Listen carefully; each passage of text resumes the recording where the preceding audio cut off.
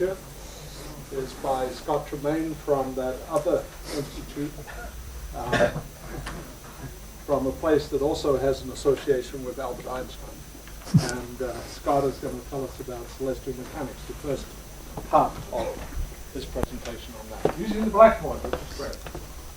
Okay, so to start, I have a homework exercise for everyone, which is to figure out the optimum algorithm for sliding the boards so that the maximum amount of material on the chalkboard stays visible for the maximum amount of time. And if you can give me a solution to this, it will be very useful for me and for the other lecturers. Okay, so when Ram asked me to give 2 lectures on celestial mechanics, I was not so happy because these have the potential to be the 2 most boring lectures of the school. They're potentially boring for several reasons. First of all, celestial mechanics is important for understanding the observations, but doesn't have any direct comparison to the observations. So I can't show you any pretty pictures. Secondly, there's no point in discussing the subject qualitatively because the purpose of the subject is to make accurate predictions. Third, normally if you give a course in celestial mechanics, it lasts a full semester rather than 2 lectures. And finally, since we're in Israel, I think of celestial mechanics as being somewhat like the olive tree, which you have to cultivate for 20 years before it bears any fruit. So after some thought, I think what I'll try to do is first give a review of the basic properties of Kepler orbits, which I'm sure you've all seen before, but just to make sure we're all have a common language. Then I'm going to talk about the more sophisticated methods in celestial mechanics using Hamiltonian mechanics so that you'll be able to understand what people are talking about when they write papers using these tools, and finally to give some description of some simple examples of problems that are relevant to exoplanets where the use of Hamiltonian mechanics really is essential. Although I won't have slides to put on the web, I do have a set of written notes which we'll make available to you. If you want to know more, the standard reference is a book by Murray and Dermott called Solar System Dynamics.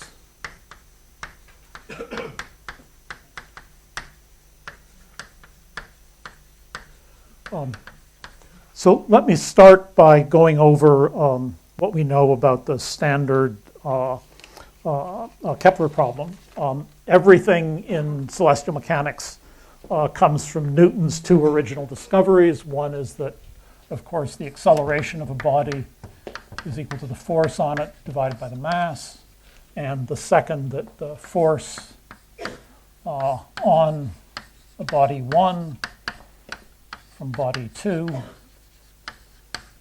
is gm m2 r2 minus r1 over the distance cubed. And of course, you have to include relativistic corrections sometimes, even when you're dealing with exoplanets, but that's easy to do. Sorry? It's the force in the other end as well. Sorry. Thank you. Okay. So for the 2-body problem, 2 bodies 1 and 2, you have that the acceleration of the first body is gm2 r2 minus r1 over the distance cubed, and the force on the second body is gm1 r1 minus r2 over the distance cubed. And the standard way to solve that problem is you change coordinates to the center of mass. which is the mass-weighted sum of the positions, and to the relative coordinate, the distance between the two objects, which is just r2 minus r1. And if you make that change of coordinates, then of course and put in those equations, what of course you find is that the acceleration of the center of mass is 0, so the center of mass moves at uniform velocity, and the second derivative of the relative vector is minus g times m1 plus m2 over r cubed. And so this is the wonderful thing about classical mechanics. The two-body problem for two masses m1 and m2 reduces to the motion of a single test particle of 0 mass around a body of combined mass m1 and m2. So if I call this the total mass m, I've reduced it to one-body problem.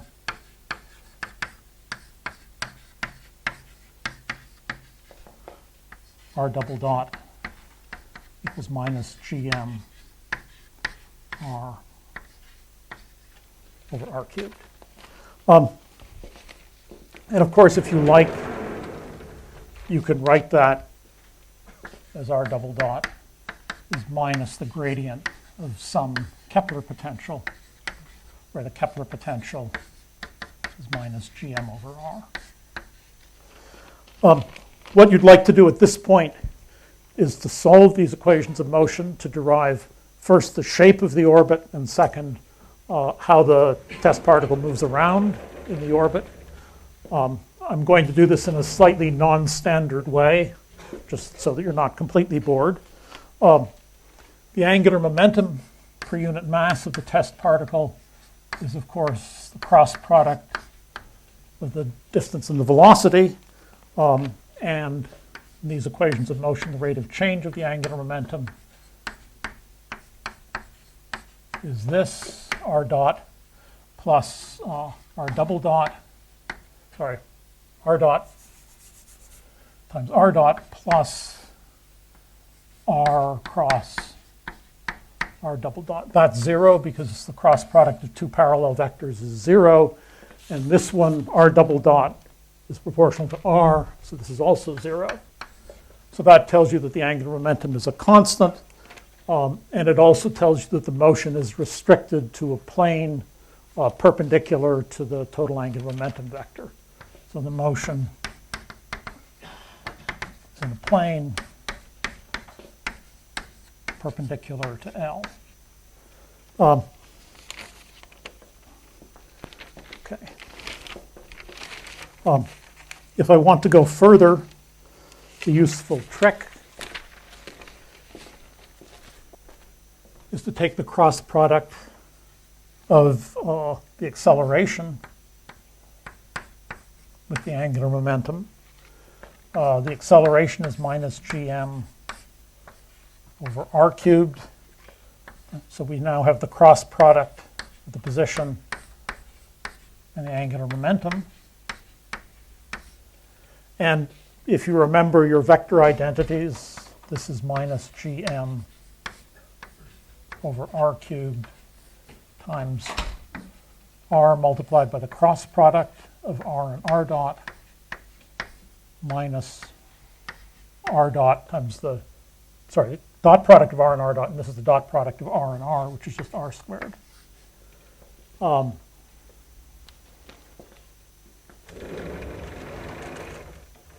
Okay, this may not look like anything you know, but in fact, if you take the time derivative of the unit vector in the radial direction, vector r over the scalar r, it's just r dot over r minus r over r cubed times the dot product of the position and the velocity. That's easy enough to check, and you can see that that's exactly what's inside the square bracket here, and that tells you that this quantity is gm over just gm times the time derivative of the radius, vector radius divided by the scalar radius. Now,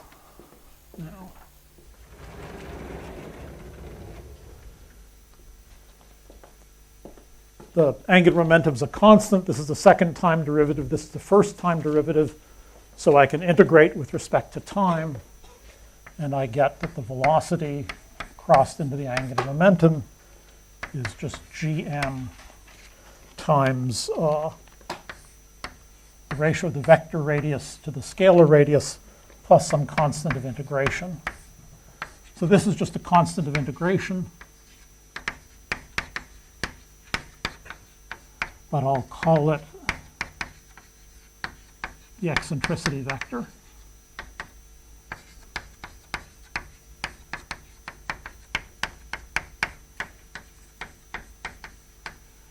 And if I just rearrange, and then, let's see. Yeah. So if I just rearrange this, then the eccentricity vector is the velocity crossed into radius cross velocity divided by gm minus the radius, vector radius over the scalar radius. And you can also see from this that the eccentricity vector has to lie in the orbital plane because it has to be perpendicular to the angular momentum. So if I start to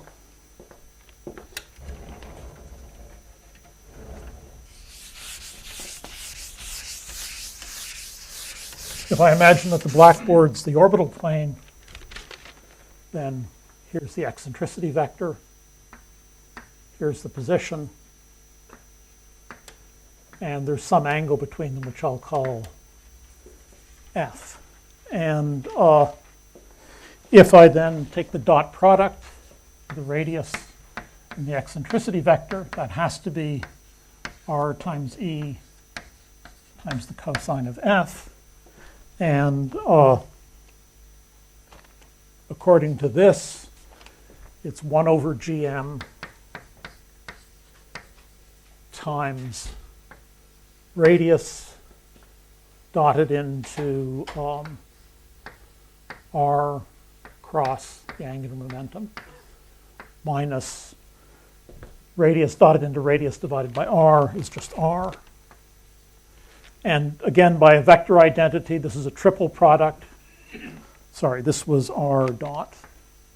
I can write this as r cross r dot dotted into L, and this is just L. And so RE cosine of F is L squared over GM minus R. And if I collect the R's, I find that R is L squared over GM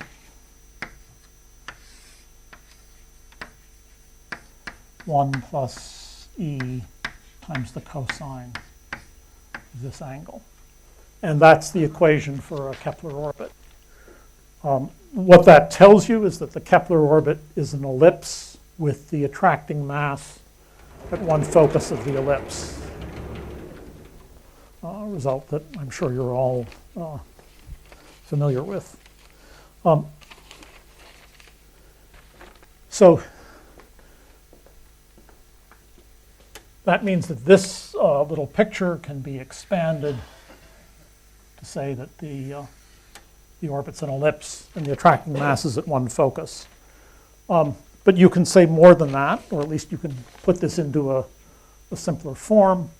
The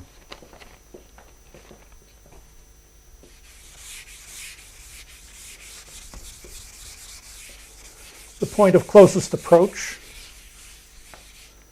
of the two bodies is when the denominator is the smallest. So the point of closest approach, which I'll call little q, is L squared over GM 1 minus E, and that's called the periapsis. And if you're concerned, thank you, Q, which is L squared over GM 1 minus E, is the most distant point. That's the apoapsis. And depending on the body, if it's the Earth, it's called perigee. If it's the Sun, it's a perihelion, and so forth. But what you shouldn't call it is the periapse, because people who live in Jerusalem should know an apse is an architectural feature of a church. It has nothing to do with orbits. So if I go back to this point picture here, this is the point of closest approach. That's little q. This is the most distant point. That's maximum of q. If you want to characterize by the ellipse by its semi-major axis, 2a, then 2a is the sum of these. So a is q plus little q over 2, and that means that it's L squared over GM 1 minus E squared. And this is the semi-major axis.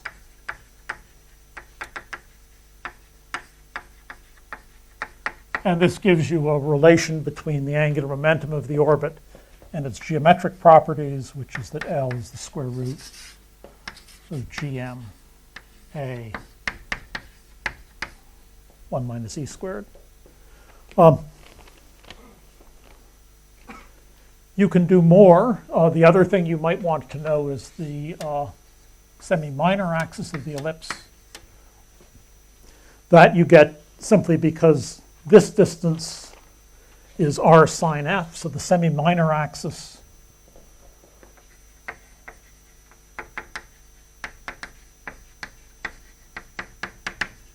is just the maximum of that orbit, the radius L squared over GM 1 plus E cos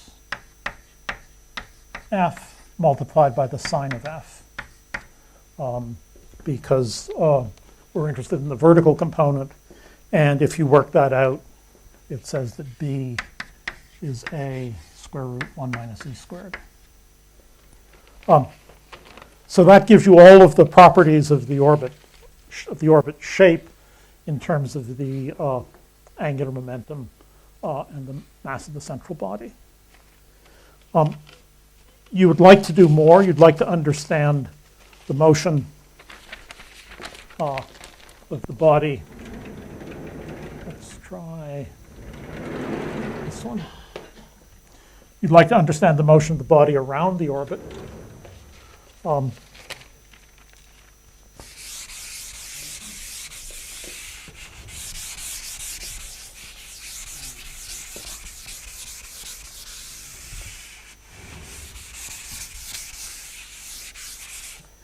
The simplest way to do that is to recognize that the angular momentum in polar coordinates is r squared times the rate of change of its angle with respect to time. That says that the time increment is r squared df over the angular momentum. So the time it takes to go once around the whole orbit is integral 0 to 2 pi r squared df over L. You can work out that integral using this formula, but a simpler way to do it is to recognize that our integral of r squared df is twice the total area of the ellipse. So this is twice times the area divided by L. The area of an ellipse is 2 pi times the product of the semi-major and semi-minor axes divided by L. We have expressions for L, for the semi-minor axis and the semi-major axis, and when you put those in, you find that this quantity, which I'll call the orbital period, is 2 pi times the square root of a cubed over gm. A slightly more common way to phrase this is to define a quantity called the mean motion, n, which is the average angular speed around the orbit, so it's 2 pi over the period. And if you plug in this expression, you get that n squared times a cubed is gm, and this is the famous Kepler's law.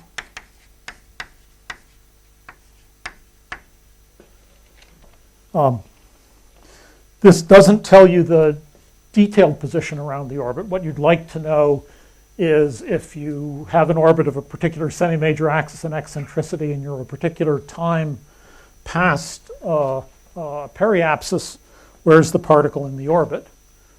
You can do that by, working out these incomplete integrals, but there's a better way to do it.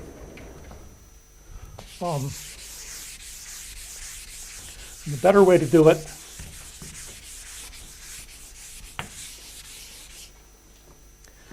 is to introduce a quantity called the eccentric anomaly,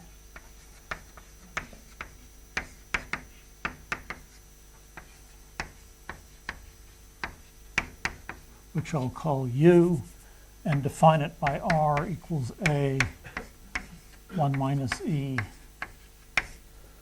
cos U. So it's different from this expression, but like the true anomaly, U is an angle.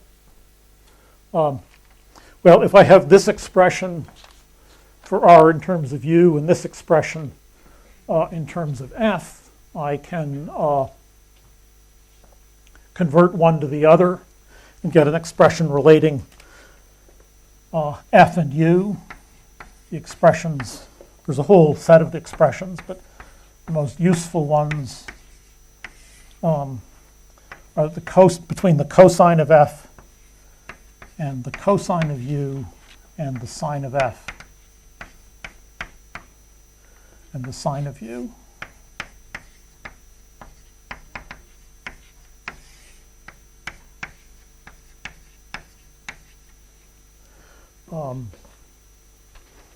Okay. So why do you do this? The answer is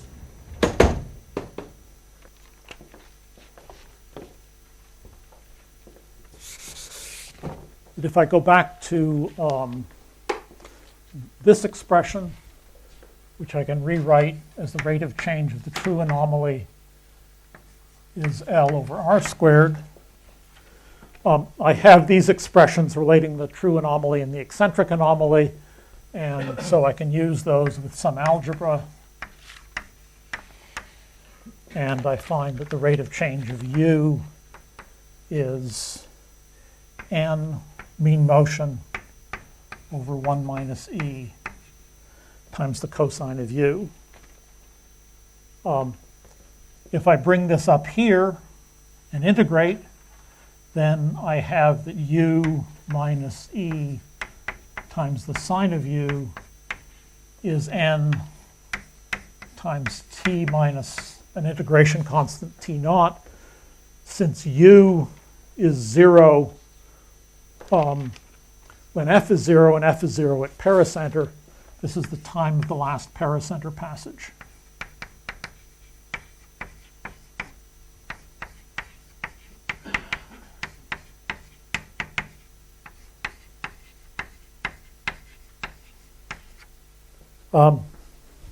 That always looks a little awkward, and to avoid the awkwardness, the standard approach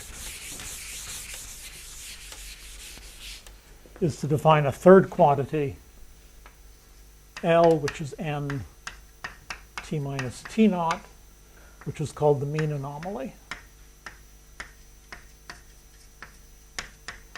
So at this point, we've got three anomalies. There's F, which is the true, U, which is the eccentric,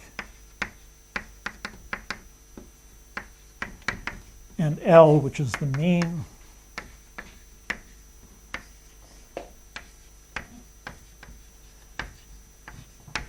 the term anomaly simply means that all of these are 0 at periapsis, they're pi at apoapsis.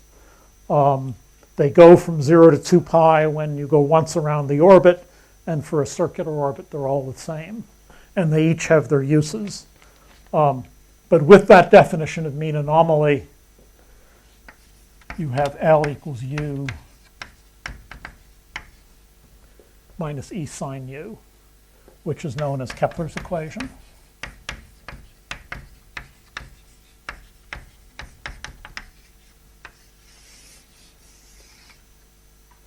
Okay, so let's suppose that you're given an orbit, you're given the semi-major axis and the eccentricity and the time of the last pericenter passage, and you want to know where the particle on the orbit is at some time. You use the semi-major axis plus Kepler's law to calculate the mean motion. You know the time since the last pericenter passage in the mean motion, so that gives you the mean anomaly. You know the eccentricity, so Kepler's equation can be solved for the eccentric anomaly. It's not an analytic equation, you have to solve it numerically, but first of all, it's not very hard to do numerically. Secondly, there are hundreds of papers on efficient ways to solve it. Once you've got the eccentric anomaly, you can use these expressions to find the true anomaly, and you can use the definition here to get the radius. And that's by now the standard and by far the easiest way to solve Kepler's, to find out where the particle is in the orbit. And one of the most common things you have to do in celestial mechanics is keep solving this numerically. One final point is to ask what the geometric interpretation of these quantities is. There isn't a simple geometric interpretation of the mean anomaly. The true anomaly is the distance is the angle between the focus and the actual radius. It turns out, and it's worth trying to prove as an exercise, that if that's the center of the ellipse, the eccentric anomaly is the angle between the major axis and the position is measured from the center rather than the focus. Okay, so that's a half-hour introduction to Kepler orbits. The other disagreeable piece of housekeeping that you have to do is to deal with Kepler orbits in 3 dimensions rather than a plane. So typically, if I have a 3-dimensional coordinate system, here's x, y, and z. The particle is going to be in some orbit plane, which is different from this the xy or the reference plane. The intersection of the orbit plane with the xy plane will be some line here and going off in the opposite direction, and the orbit will go kind of up like this and then down this way. So that's, let me see if I can actually profitably use a different color of chalk. So everything in the orbit plane will be blue. Everything in the reference frame will be white. The first angle that you need to specify the orbit is the angle in the reference plane to this line of intersection, which is always called omega, and omega is called the longitude of the node. There are 2 nodes, this one, and to distinguish between them, you assume that the particle is going in this direction. You pick out the node where the particle is going up through the plane, and that's called the ascending node. The next one is the inclination. So the angular momentum vector goes off in this direction, is normal to the orbit plane, and the angle between the angular momentum vector and the z-axis is the inclination. and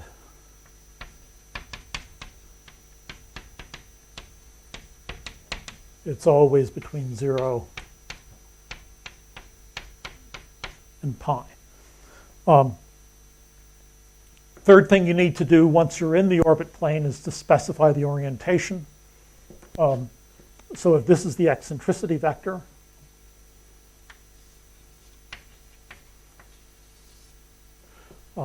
remember the true anomaly is that angle in the orbit plane, and this angle, which is called omega, specifies the difference between the ascending node and the pericenter distance. And for reasons I've never understood, this is called the argument of Periapsis.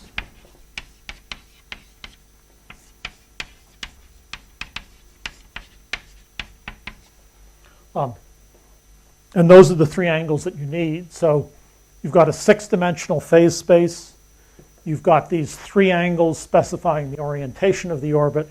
Then you've got the semi-major axis, the eccentricity, and the mean or the true anomaly, and you've got your 6 phase space coordinates.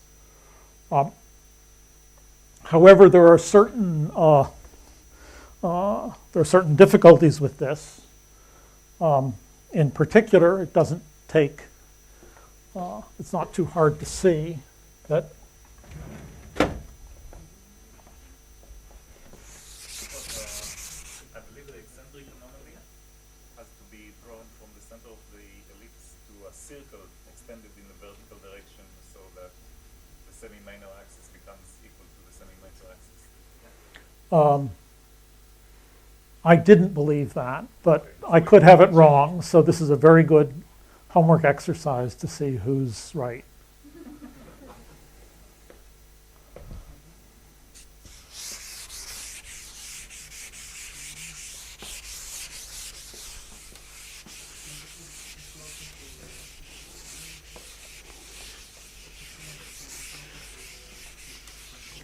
Okay, so the difficulty with this nice set of coordinates is that if the inclination is 0, which is pretty common,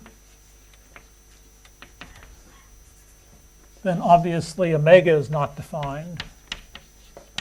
And if omega is not defined, then little omega is not defined. So those aren't very good for zero inclination orbits. The solution to this is to define a new variable, which I write that way. Now I have to. So this is an old, archaic way of writing pi, but it looks like an omega, and so the convention, since it's supposed to be pi but looks like omega, is to call it pomega. And I should also say that in tech, this is \var pi. Equally important to know.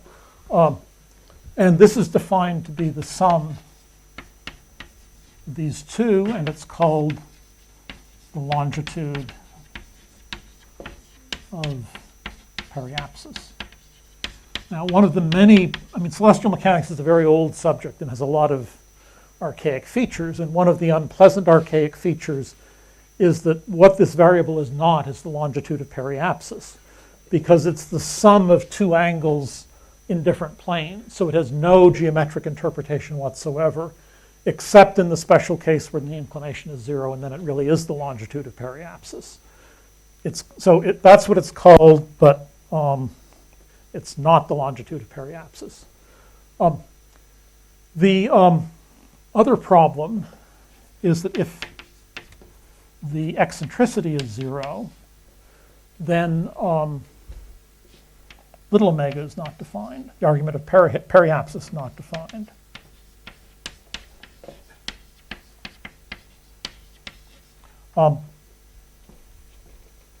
And the solution to that, instead of working with, say, the mean anomaly or the true anomaly in the argument of perihelion, is to write a quantity lambda, which is the sum of the mean anomaly plus omega plus the 2 omegas.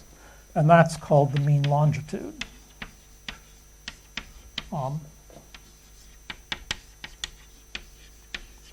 And then this is defined for circular orbits because little omega, the direction to pericenter is not defined. The mean anomaly isn't defined, but the sum of the two is just the distance in the orbit plane to the actual position. So it is defined.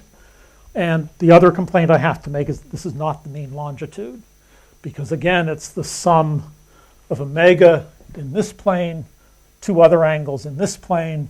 It's only the mean longitude if the inclination is 0, but I can't help it. That's the way it is. And finally, I should say that I've complained that these aren't well defined. The inclination is 0. They're not well defined. Some of them aren't well defined if the eccentricity is 0. If the eccentricity is 1, then neither the inclination nor omega nor capital omega nor pomega nor lambda is defined. So the entire system breaks down for radial orbits. And that's a kind of general geometrical feature of spherical systems that you can't come up with a system that isn't degenerate at some locations unless you have redundant coordinates. Okay, that's all I want to say about Kepler orbits. Before going on to maybe more slightly more complicated dynamics, I just want to say a little bit about units.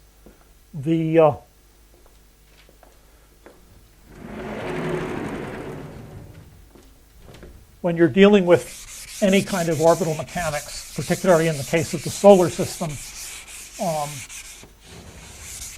but also for exoplanet systems, you're always dealing with the constant of gravitation and the solar mass, or the Jupiter mass, or an Earth mass.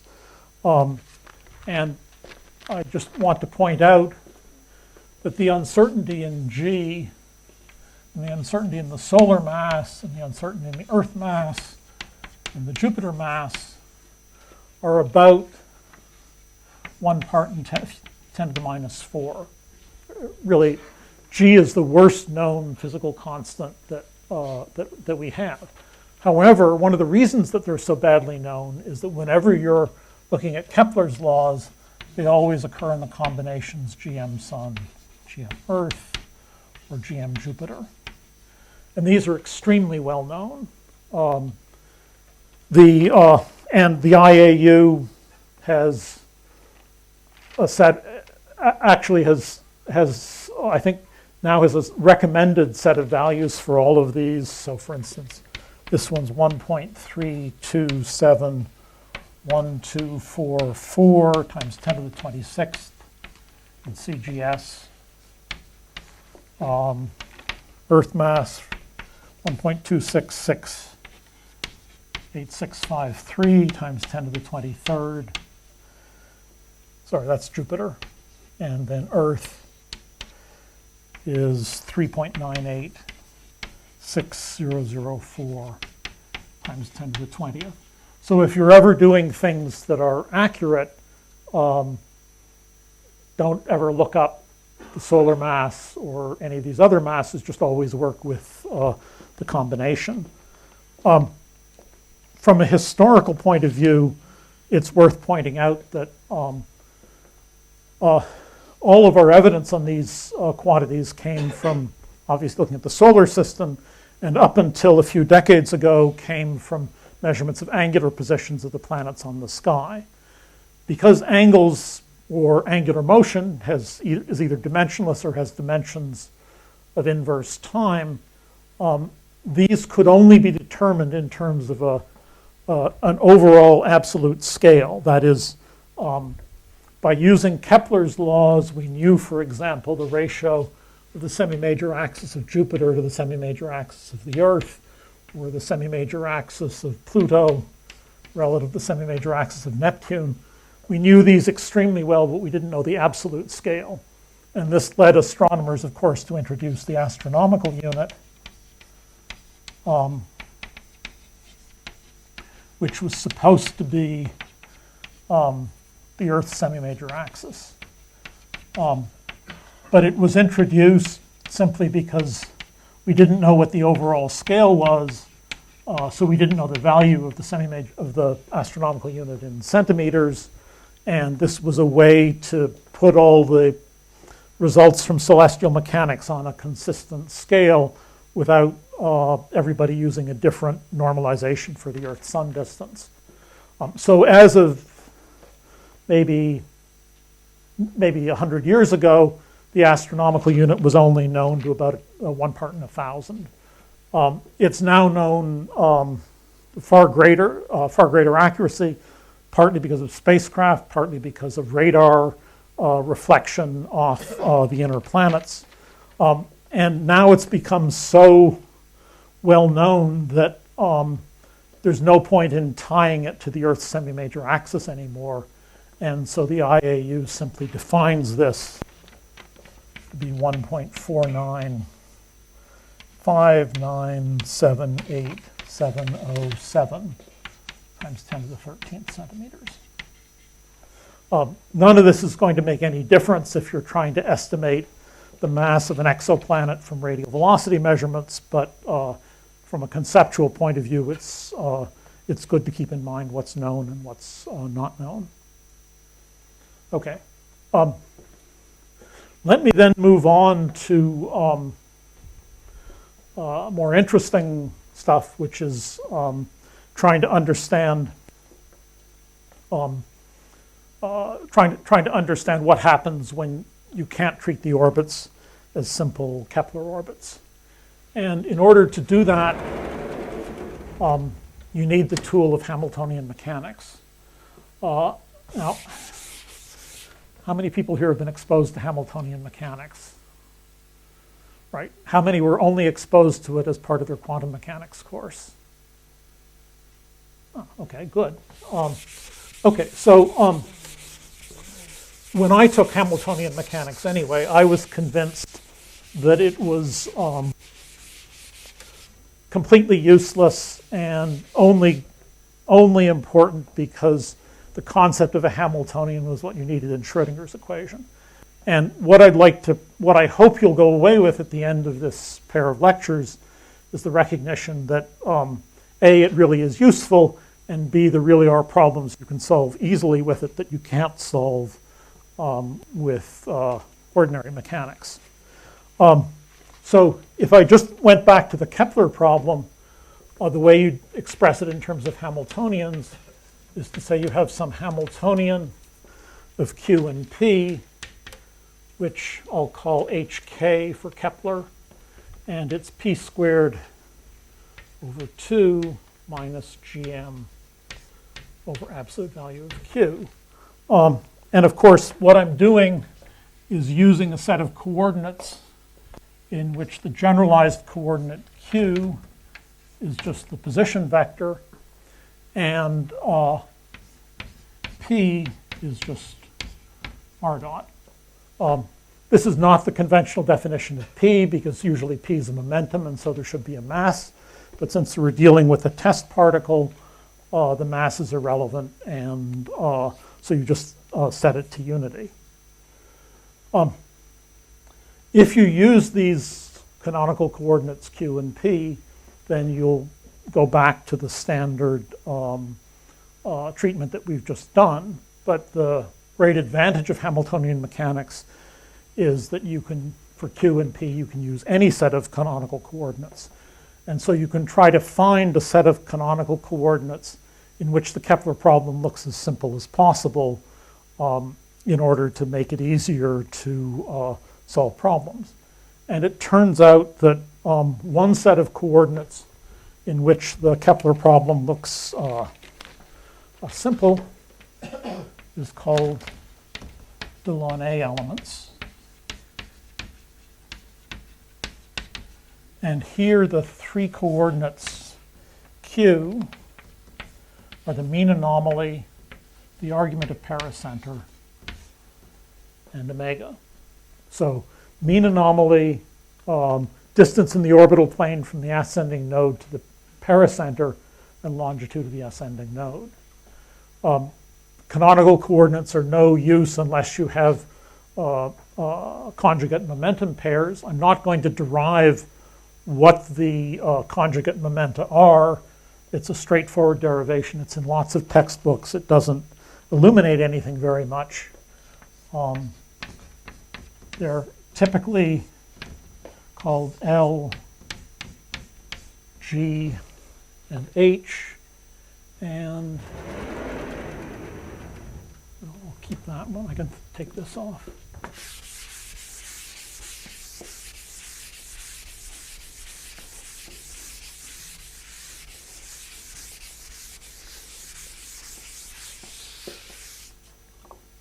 So L is the square root of GM times the semi-major axis.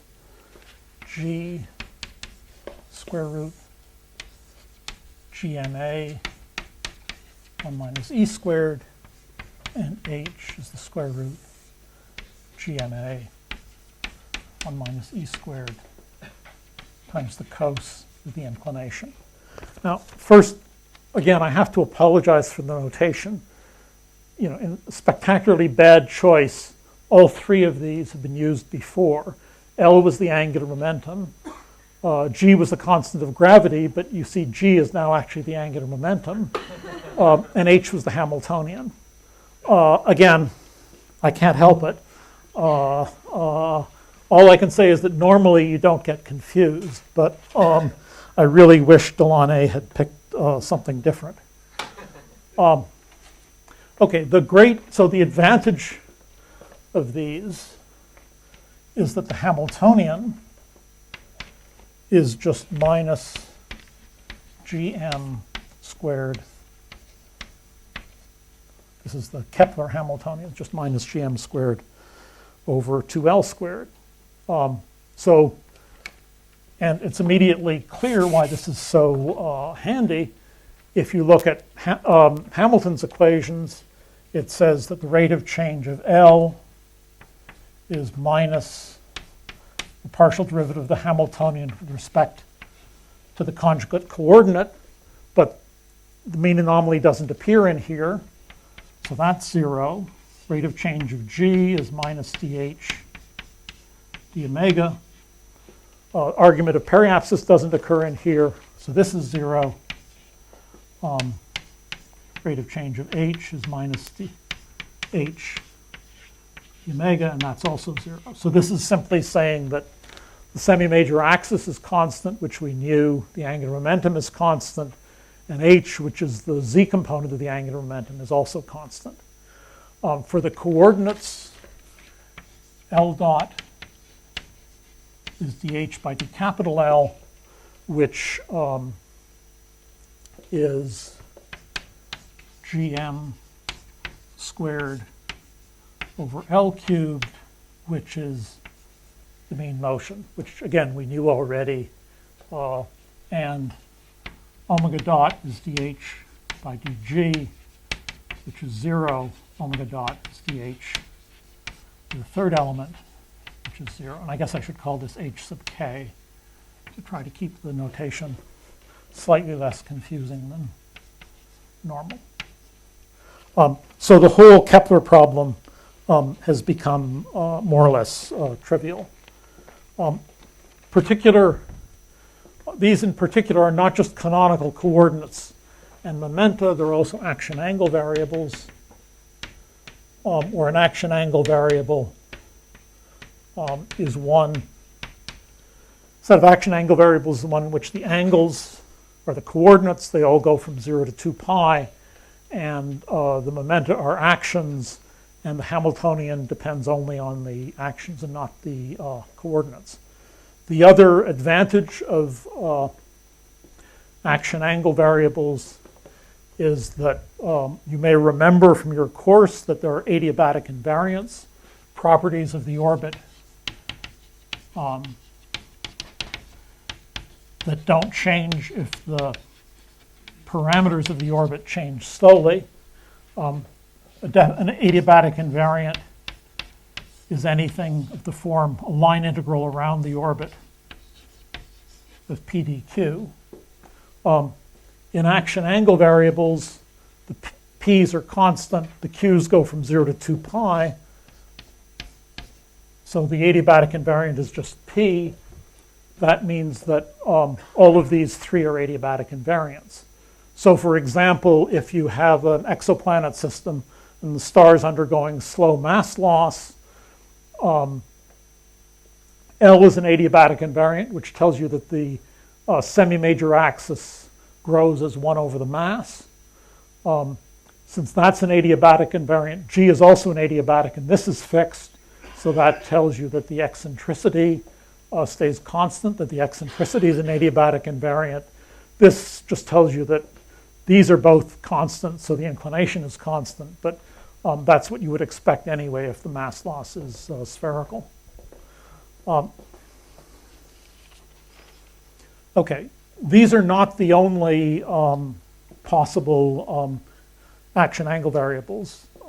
As I indicated before, maybe on this board, the problem with the Delaunay elements is that they're undefined for circular or zero inclination orbits. And so there are other action angle variables that can be defined to eliminate this. I won't bother showing how you define them. Basically, you just write down a generating function for a canonical transformation. It's a good exercise to go through. But another suitable set would be a J1 that's the same, just square root GMA, J2, which is square root GMA times 1 minus square root of 1 minus e squared, and a J3, which is square root GMA, 1 minus square root 1 minus e squared times 1 minus cosine of the inclination. And the corresponding angles are theta 1, which is L, plus little omega, plus big omega, that's the mean longitude, theta 2, which is minus the little omega, minus big omega, it's minus pomega, and theta 3, which is minus omega. Again, the main advantage of these is simply that they're well-defined for nearly circular or nearly equatorial orbits. In fact, you can see that when the eccentricity is small, this is just proportional to e squared. This one is proportional to e squared I squared. Okay, and finally, there is a third set, which I hate to write down because they look a little complicated, but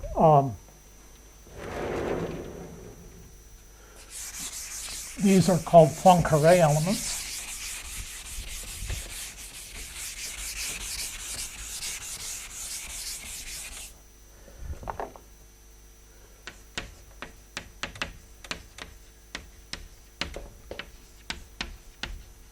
So the reason that the Delaunay elements are badly defined when the eccentricity or the inclination are near zero is that the best way to think of the eccentricity, well, the eccentricity is defined by an eccentricity vector, right? And eccentricity, I'll do it here. So in any coordinate system, if this is the eccentricity vector, the scalar eccentricity is the magnitude of the vector, and omega or pomega is the angle. And we know that if you're trying to talk about things near the origin, polar coordinates are badly defined. So whenever the eccentricity is small enough, using the scalar eccentricity in omega is like trying to use a polar coordinate system near the origin. And what you really want is to have, if you're dealing with things that move near the origin. So for example, if you're dealing with something that's precessing, physically the eccentricity vector could go like that. There's no physical singularity at the point where it's zero, but you'd have a coordinate singularity. So you'd like to find a set of canonical coordinates that are like Cartesian coordinates, close to zero eccentricity and zero inclination, because then everything will be much better defined. And that's what Poincaré found. I'll call them JA, it's just square root GMA, and the corresponding coordinate is the mean longitude. That's simple enough. JB is the square root of 2JA times 1 minus square root 1 minus e squared times the sine of omega. The analogous angle is exactly the same as this times the cosine of omega. And this is exactly what you want. You can see that for small eccentricities, this is just e squared. You take a square root e. This is, apart from a constant factor, this is just e sine omega. It's exactly the Cartesian coordinate you would want. Similarly, this is the other Cartesian coordinate. And then the third one is square root of 2JA, 1 minus e squared, 1 minus cosine of the inclination times the sine of omega, and theta c is the same times the cosine of omega. So those are a set of coordinates that you can use for either circular or zero inclination orbits.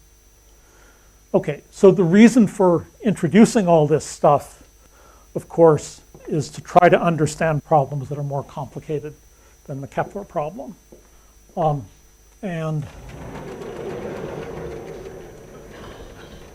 the reason that you have to do that is that if you look at typical exoplanet systems, they're not pure Keplerian systems. They have extra forces.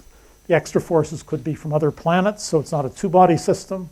Could be from companion stars, tides, the equatorial bulge of the host star, general relativistic corrections, lots of different things. These extra perturbations have two things in common. The first is that they can usually be derived from a potential. That is, they're conservative. Some potential, which I'll call phi. So there are two natural ways to handle these. One is in Cartesian coordinates. So you'd write down a set of equations of motion. E squared r dt squared is minus GMR over r cubed minus grad phi.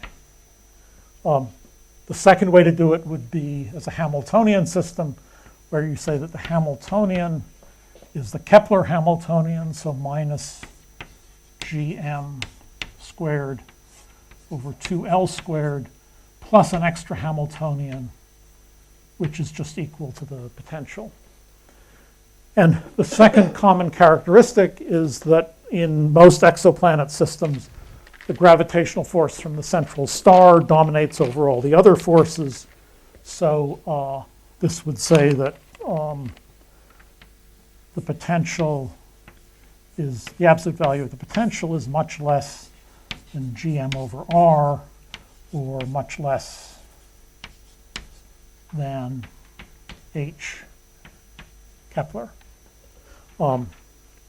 So once you've recognized that, you know you can solve the problem using perturbation theory. And you can do it either with these coordinates or these coordinates. The advantage of these coordinates is the potential theory is simple. If you have an extra planet or a companion star or an equatorial bulge on the host star, it's really easy to work out what the gravitational potential is in Cartesian coordinates. The second way is to do it in Delaunay coordinates or action angle variables. That has the great advantage that the Kepler Hamiltonian is really simple, much simpler than integrating this. It has the disadvantage that working out what the typical potential looks like in action angle variables is more complicated. Which are you going to do? It turns out that dynamics is a lot harder than potential theory, so it's almost always better to use to accept the hit of doing complicated potential theory in order to have simple dynamics, rather than having complicated dynamics and simple potential theory. And so the whole point of Hamiltonian perturbation theory is to use coordinates that make the dynamics as simple as possible.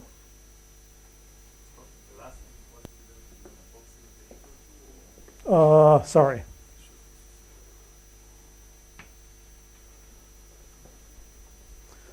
Okay. I've been going on for about an hour, so I think I'll stop there and take this up again in the second lecture tomorrow. Are there questions? More on the philosophical level. If Newton's law was not R minus 2, but 2.5, something, or perturbation on the index, would it be the perturbation of all this, or there would be some major differences?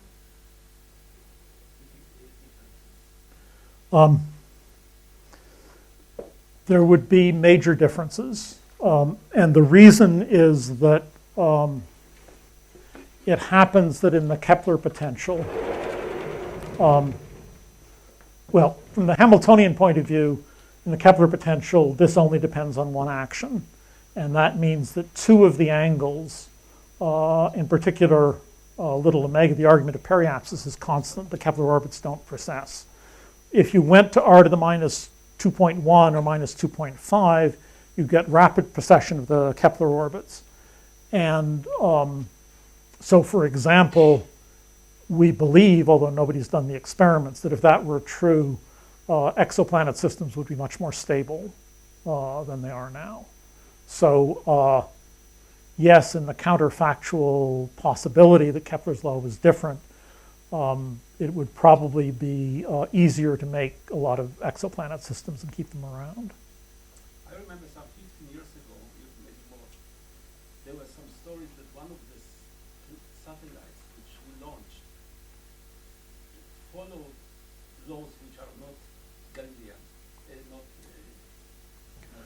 not Newtonian.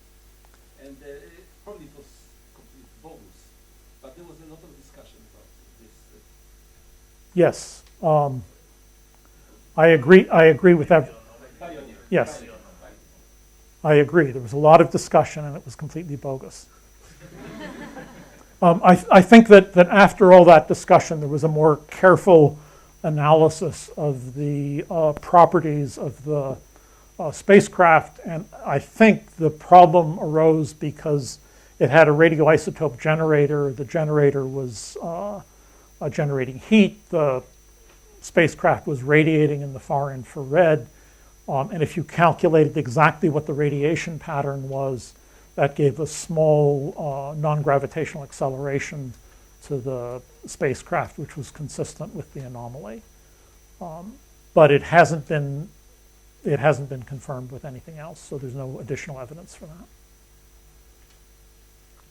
Maybe less relevant in the context of exoplanets, but I just want to comment that all the derivations to show the variant, true anomaly, eccentric anomaly, etc., have the implicit assumption that the eccentricity was smaller than 1. So you have parallel derivations for unbound orbits that are maybe relevant in other contexts, maybe observationally we're less sensitive to those orbits in the context of exoplanets, but they are. That's correct. So I left those out for time purposes, but you're right. So for example, Kepler's equation, L equals U minus E sine U becomes, L equals E U minus E sinh U, and things like that. So most of them have analogs. The only thing that doesn't really have an analog as the action angle variables, because then the orbits aren't closed, and so there are no action angles.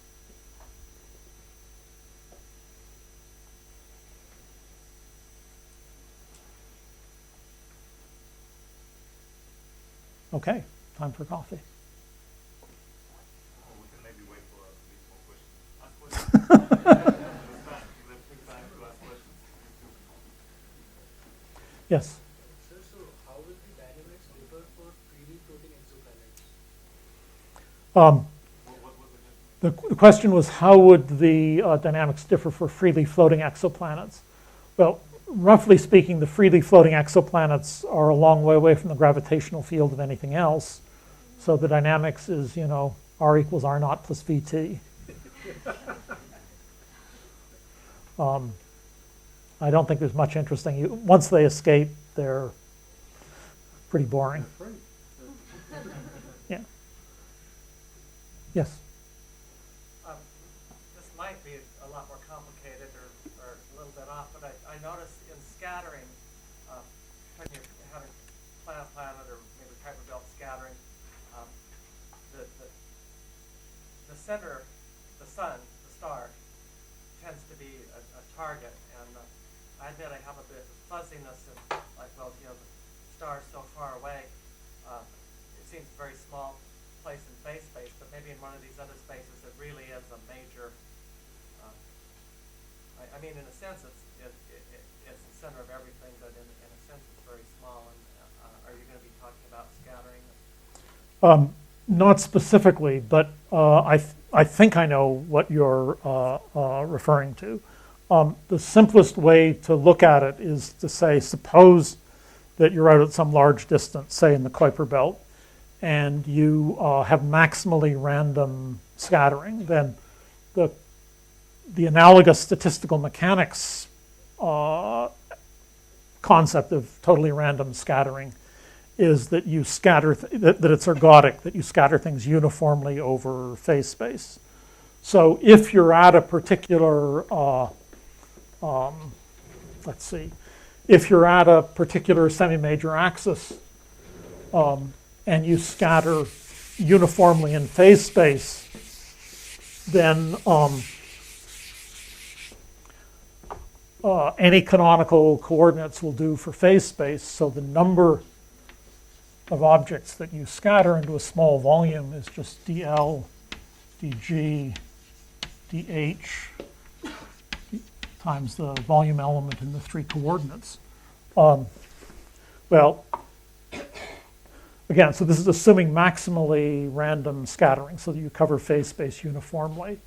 So the number that would hit the sun is basically the number.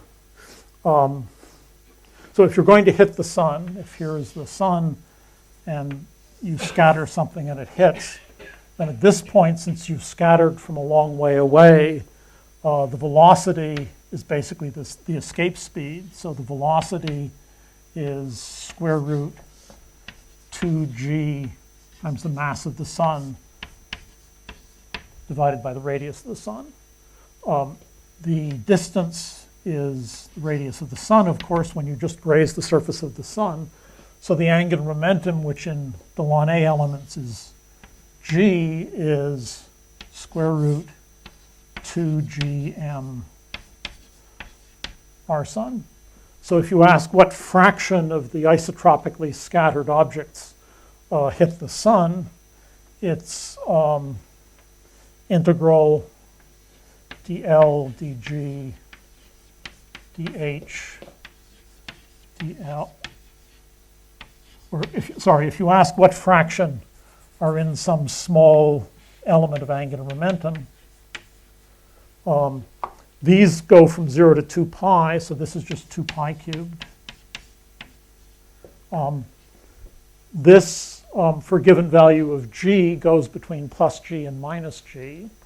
So this is 2 pi cubed dg times a factor of 2 times g times the integral over dl, which is going to be some feature of the scattering process.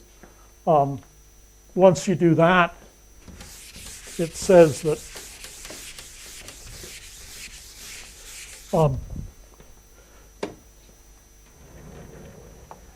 the fraction that hit the sun is basically integral of g dg from 0 angular momentum, which would be a head-on impact up to this value, square root 2g m r sun. So this is the fraction divided by the integral of g dg up to its maximum value, which is square root of gma. And those integrals are really easy, and it just gives you 2 r sun over a. Now, if the sun wasn't the center of mass, and you just shot things off in random directions from some semi-major axis, the fraction without any focusing would, of course, be the ratio of the areas r sun squared over a squared.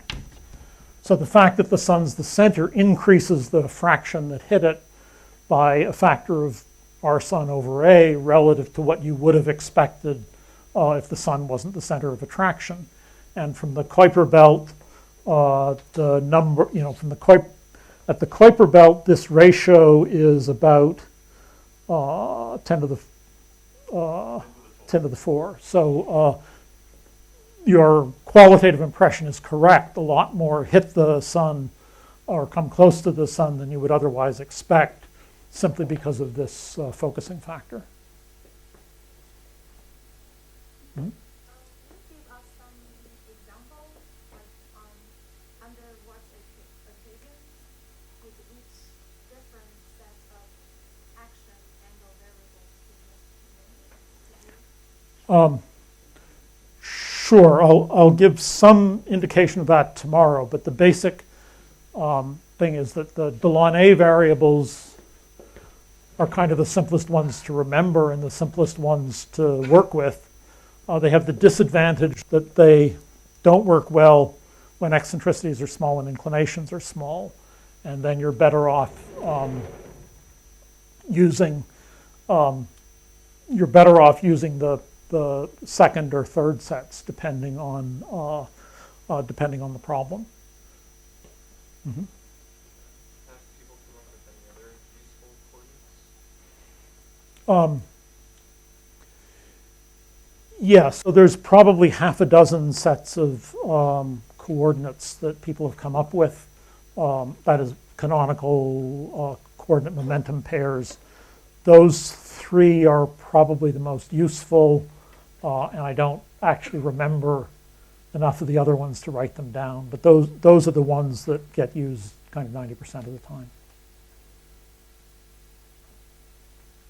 Mm-hmm. In general relativity, if I remember correctly, there's unstable orbits once you get close to Schwarzschild radius. There's something similar here. So if we modify the 1 over r potential to like a similar question like before, but not to 2.1, but maybe 5 or 6, will the orbits get unstable, or are they always stable? The orbits are always stable if you modify the potential to minus gm over r to the alpha, then I think as long as alpha is less than 2, circular orbits are always stable. If you're interested in what's going on close to the black hole, there is this region where the orbits are unstable, and a very useful approach is to do Newtonian mechanics or classical mechanics with a potential that I think is minus gm over r minus r naught, where r naught is chosen to be some constant times the Schwarzschild radius. This is called the Paczynski-Wita potential. And actually gives a remarkably good description of a lot of the phenomena that occur close to the Schwarzschild radius because of orbit instabilities. And of course, is a lot easier to do than a full relativistic calculation. Right, alpha smaller than 2, this means it could also be minus 2, and then you have a rejected potential? Well,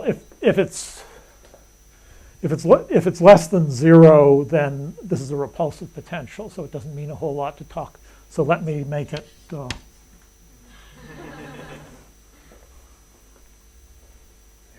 the dividing line between the stable and unstable circular orbits is whether the angular momentum of the circular orbits grows or goes down as a function of increasing thermal drive. In the Keplerian Right. problem, it grows.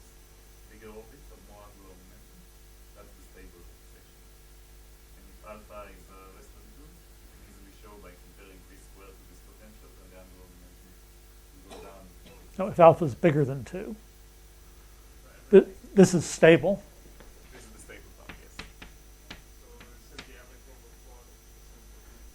No, actually, another good homework exercise is to do the case, look at the case where alpha equals 2 and work out the properties of the orbits analytically.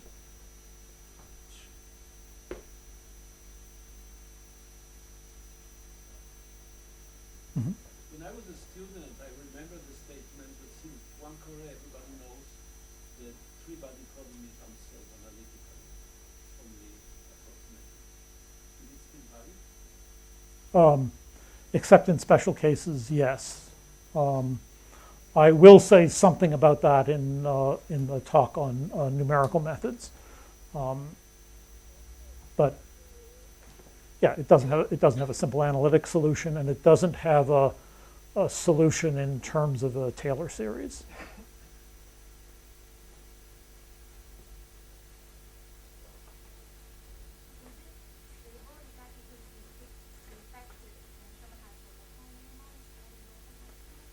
Yes, that's right.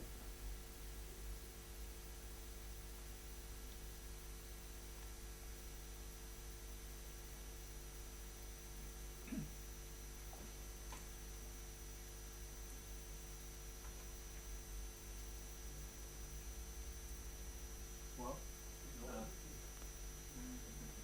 If there is a protoplanetary disk, could it verify the Keplerian potential enough so to make the planet system inside it more stable? That's a reasonable question. It's true that if you have a massive protoplanetary disk, the potential becomes non-Keplerian, and so some of the behavior of the planets would be quite different. However, the real difference in the behavior of the planets occurs typically, because of the Kepler potential, occurs over very long time scales, millions to billions of years, and the protoplanetary disk won't last more than a few million years. In addition, it's likely that the direct effects of the gas, driving density waves, drag, accretion, and so forth, are likely to be much more important than the qualitative changes in the orbits. Yeah, the disks are usually much less massive than the stars, by a factor of 100. So the deviation from the Keplerian is 1%.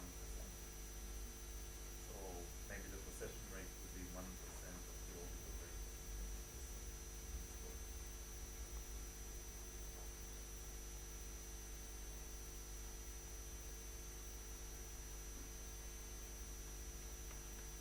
Everybody's ready for a present.